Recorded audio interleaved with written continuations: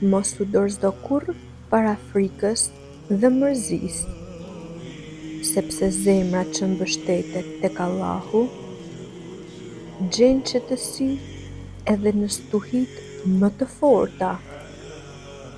Çdo gjë që ndodh është pjesë e caktimit të Tij.